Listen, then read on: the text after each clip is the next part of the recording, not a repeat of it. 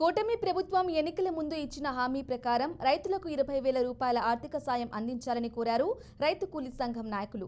కర్నూలు జిల్లా ఎమ్గనూరులోని స్థానిక తహసీల్దార్ కార్యాలయం ఎదుట ఆంధ్రప్రదేశ్ రైతు కూలీ సంఘం నాయకులు ధర్నాకు దిగారు.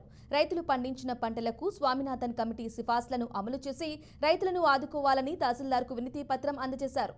వ్యవసాయ సంక్షోభానికి మూల కారణాలు విశ్లేషించి రైతుల సమస్యల నివారణకు చర్యలు చేపట్టాలని డిమాండ్ చేశారు.